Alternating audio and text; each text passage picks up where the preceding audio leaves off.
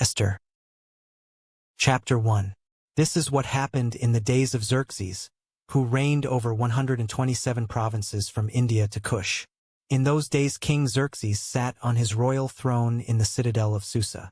In the 3rd year of his reign, Xerxes held a feast for all his officials and servants.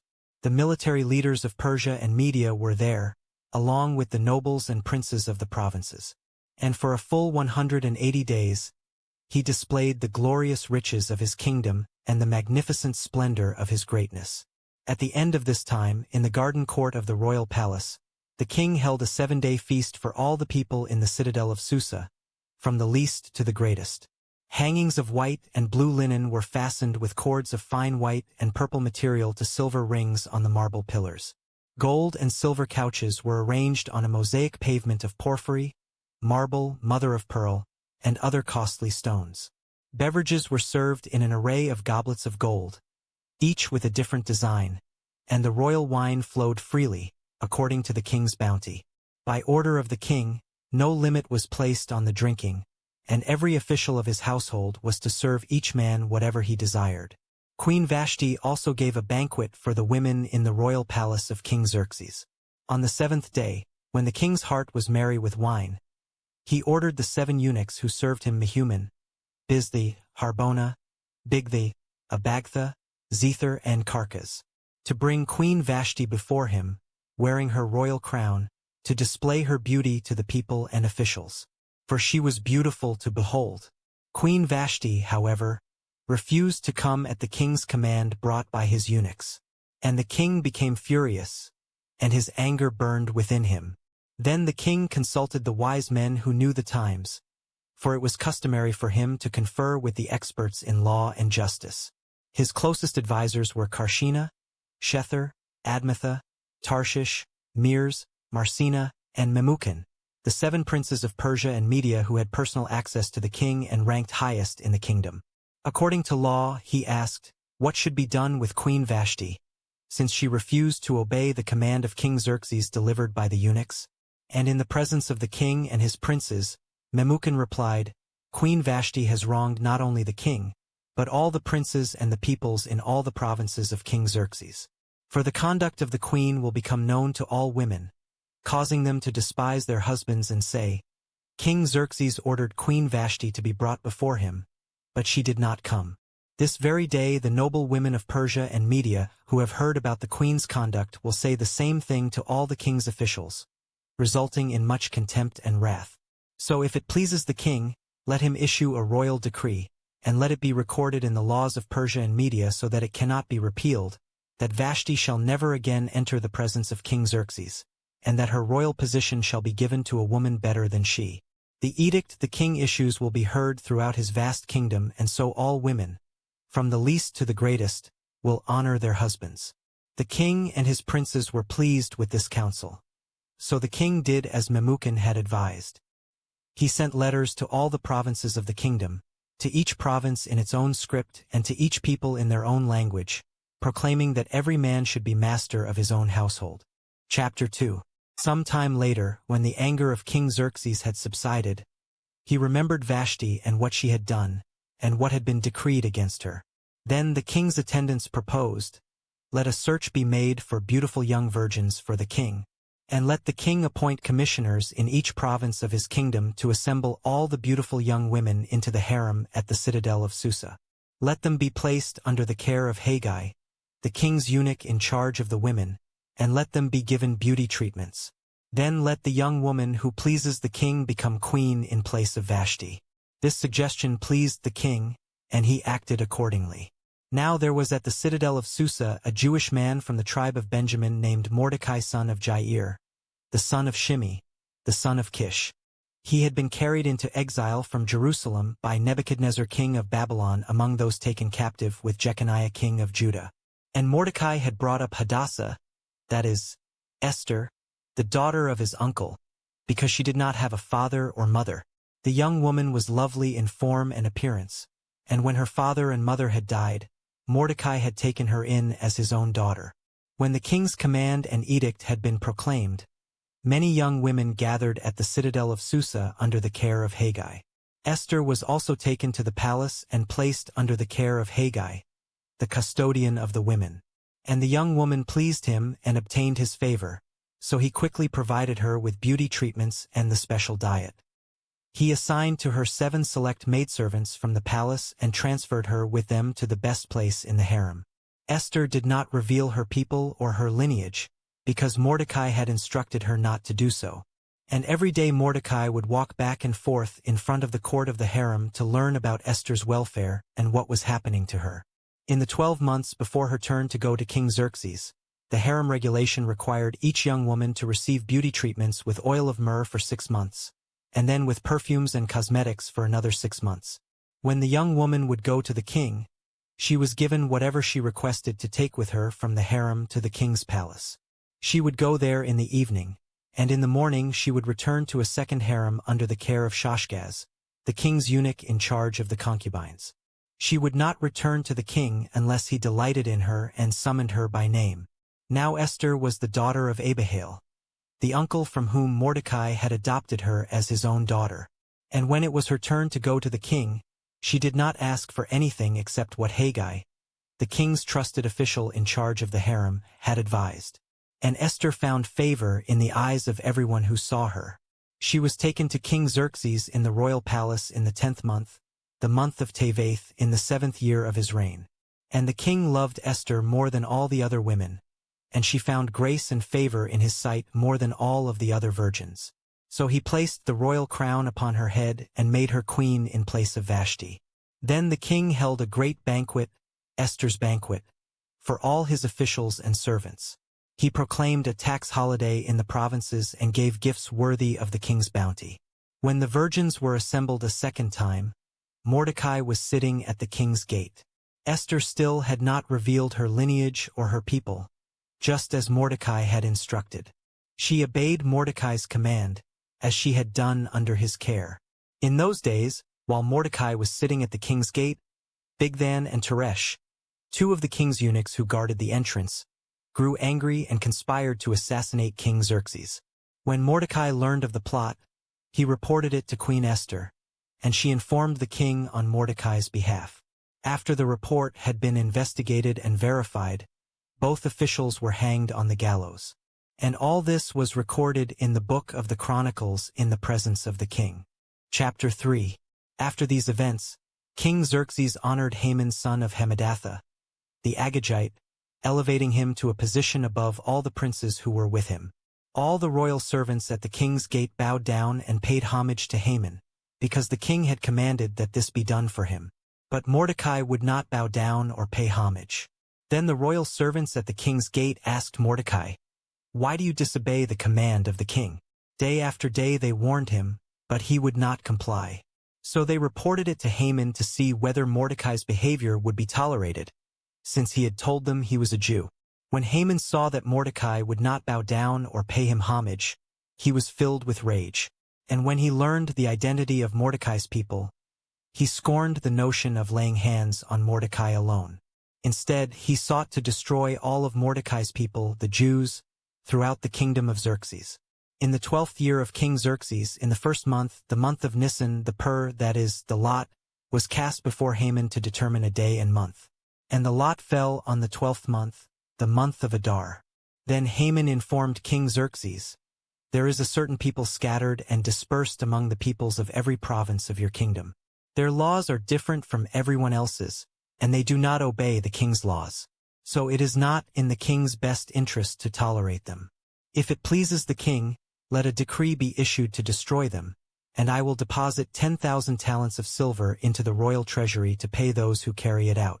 So the king removed the signet ring from his finger and gave it to Haman son of Hammedatha, the Agagite, the enemy of the Jews. "Keep your money," said the king to Haman. "These people are given to you to do with them as you please."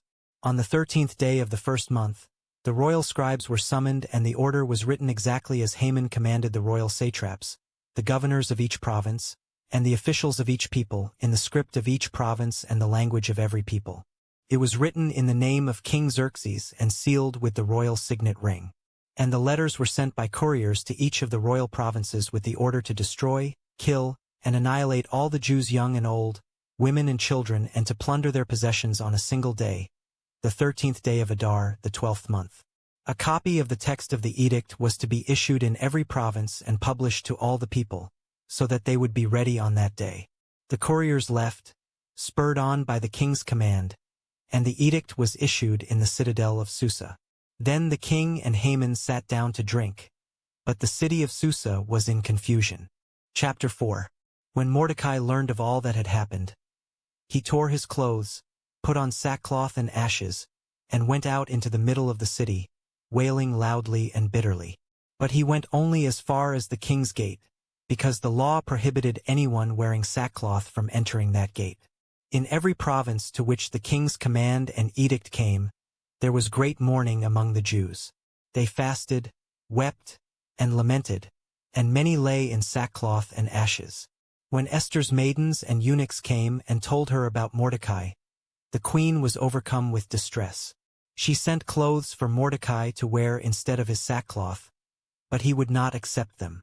Then Esther summoned Hathach, one of the king's eunuchs appointed to her, and she dispatched him to Mordecai to learn what was troubling him and why. So Hathach went out to Mordecai in the city square in front of the king's gate, and Mordecai told him all that had happened to him, including the exact amount of money that Haman had promised to pay into the royal treasury in order to destroy the Jews. Mordecai also gave Hathach a copy of the written decree issued in Susa for the destruction of the Jews, to show and explain to Esther, urging her to approach the king, implore his favor, and plead before him for her people. So Hathach went back and relayed Mordecai's response to Esther. Then Esther spoke to Hathach and instructed him to tell Mordecai, "All the royal officials and the people of the king's provinces know that one law applies to every man or woman who approaches the king in the inner court without being summoned, that he be put to death. Only if the king extends the gold scepter may that person live. But I have not been summoned to appear before the king for the past 30 days. When Esther's words were relayed to Mordecai, he sent back to her this reply: "Do not imagine that because you are in the king's palace you alone will escape the fate of all the Jews.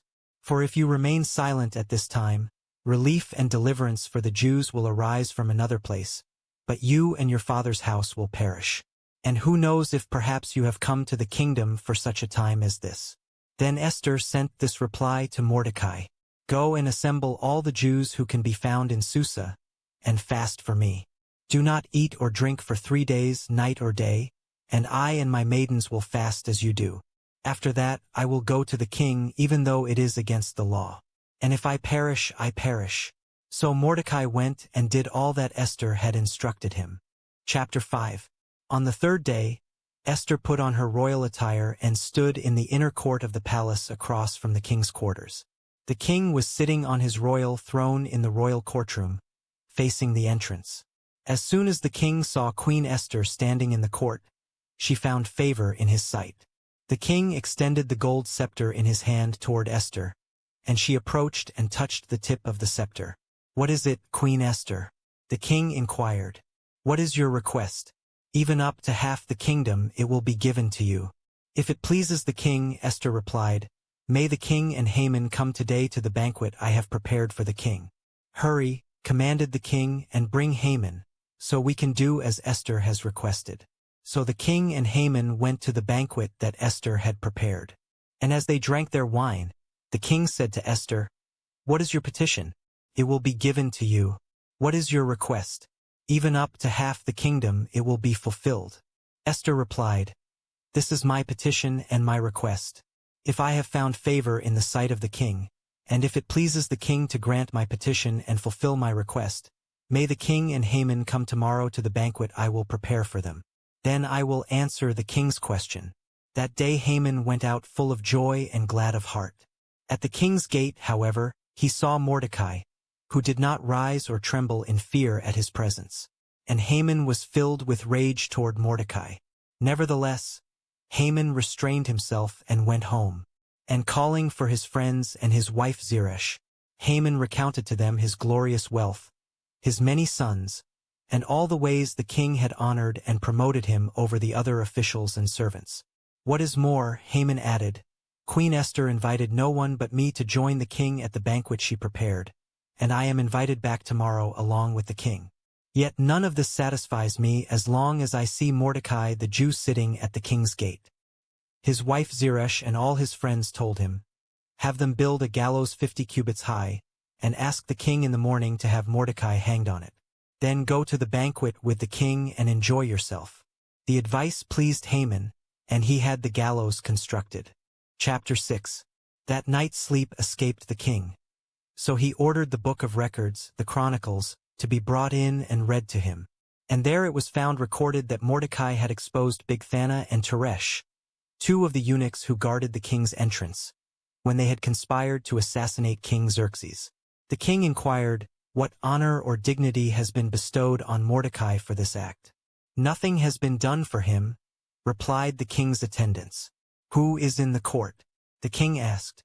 Now Haman had just entered the outer court of the palace to ask the king to hang Mordecai on the gallows he had prepared for him. So the king's attendants answered him, "Haman is there, standing in the court." "Bring him in," ordered the king.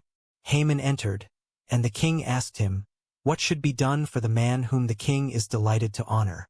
Now Haman thought to himself, "Whom would the king be delighted to honor more than me?" And Haman told the king, "For the man whom the king is delighted to honor, have them bring a royal robe that the king himself has worn and a horse on which the king himself has ridden, one with a royal crest placed on its head. Let the robe and the horse be entrusted to one of the king's most noble princes. Let them array the man the king wants to honor and parade him on the horse through the city square, proclaiming before him, 'This is what is done for the man whom the king is delighted to honor.'" "Hurry," said the king to Haman, "and do just as you proposed. Take the robe and the horse to Mordecai the Jew, who is sitting at the king's gate. Do not neglect anything that you have suggested." So Haman took the robe and the horse, arrayed Mordecai, and paraded him through the city square, crying out before him, "This is what is done for the man whom the king is delighted to honor." Then Mordecai returned to the king's gate, but Haman rushed home, with his head covered in grief. Haman told his wife Zeresh and all his friends everything that had happened. His advisers and his wife Zeresh said to him, "Since Mordecai, before whom your downfall has begun, is Jewish, you will not prevail against him, for surely you will fall before him." While they were still speaking with Haman, the king's eunuchs arrived and rushed him to the banquet that Esther had prepared. Chapter 7. So the king and Haman went to dine with Esther the queen, and as they drank their wine on that second day, the king asked once more, "Queen Esther, what is your petition?" "It will be given to you." "What is your request?" "Even up to half the kingdom it will be fulfilled." Queen Esther replied, "If I have found favor in your sight, O king, and if it pleases the king, grant me my life as my petition, and the lives of my people as my request. For my people and I have been sold out to destruction, death, and annihilation. If we had merely been sold as menservants and maidservants, I would have remained silent, because no such distress would justify burdening the king." Then King Xerxes spoke up and asked Queen Esther, "Who is this, and where is the one who would devise such a scheme?" Esther replied, "The adversary and enemy is this wicked man Haman." And Haman stood in terror before the king and queen. In his fury, the king arose from drinking his wine and went to the palace garden, while Haman stayed behind to beg Queen Esther for his life, for he realized that the king was planning a terrible fate for him. Just as the king returned from the palace garden to the banquet hall, Haman was falling on the couch where Esther was reclining. The king exclaimed, "Would he actually assault the queen while I am in the palace?" As soon as the words had left the king's mouth, they covered Haman's face. Then Harbona, one of the eunuchs attending the king, said, "There is a gallows 50 cubits high at Haman's house. He had it built for Mordecai, who gave the report that saved the king. Hang him on it," declared the king. So they hanged Haman on the gallows he had prepared for Mordecai. Then the fury of the king subsided. Chapter 8. That same day King Xerxes awarded Queen Esther the estate of Haman, the enemy of the Jews. And Mordecai entered the king's presence because Esther had revealed his relation to her. The king removed the signet ring he had recovered from Haman and presented it to Mordecai. And Esther appointed Mordecai over the estate of Haman. And once again Esther addressed the king. She fell at his feet weeping and begged him to revoke the evil scheme of Haman the Agagite, which he had devised against the Jews. The king extended the gold scepter toward Esther, and she arose and stood before the king. "If it pleases the king," she said, "and if I have found favor in his sight, and the matter seems proper to the king, and I am pleasing in his sight, may an order be written to revoke the letters that the scheming Haman son of Hammedatha, the Agagite, wrote to destroy the Jews in all the king's provinces. For how could I bear to see the disaster that would befall my people?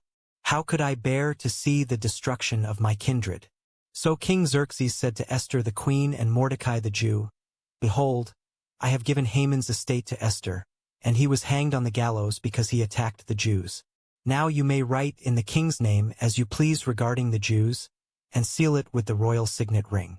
For a decree that is written in the name of the king and sealed with the royal signet ring cannot be revoked." At once the royal scribes were summoned, and on the 23rd day of the 3rd month, the month of Sivan, they recorded all of Mordecai's orders to the Jews and to the satraps, governors, and princes of the 127 provinces from India to Cush, writing to each province in its own script, to every people in their own language, and to the Jews in their own script and language. Mordecai wrote in the name of King Xerxes and sealed it with the royal signet ring. He sent the documents by mounted couriers riding on swift horses bred from the royal mares. By these letters the king permitted the Jews in each and every city the right to assemble and defend themselves, to destroy, kill, and annihilate all the forces of any people or province hostile to them, including women and children, and to plunder their possessions. The single day appointed throughout all the provinces of King Xerxes was the 13th day of the 12th month, the month of Adar. A copy of the text of the edict was to be issued in every province and published to all the people, so that the Jews would be ready on that day to avenge themselves on their enemies. The couriers rode out in haste on their royal horses, pressed on by the command of the king. And the edict was also issued in the citadel of Susa. Mordecai went out from the presence of the king in royal garments of blue and white, with a large gold crown and a purple robe of fine linen. And the city of Susa shouted and rejoiced. For the Jews it was a time of light and gladness, of joy and honor. In every province and every city, wherever the king's edict and decree reached, there was joy and gladness among the Jews, with feasting and celebrating. And many of the people of the land themselves became Jews, because the fear of the Jews had fallen upon them. Chapter 9.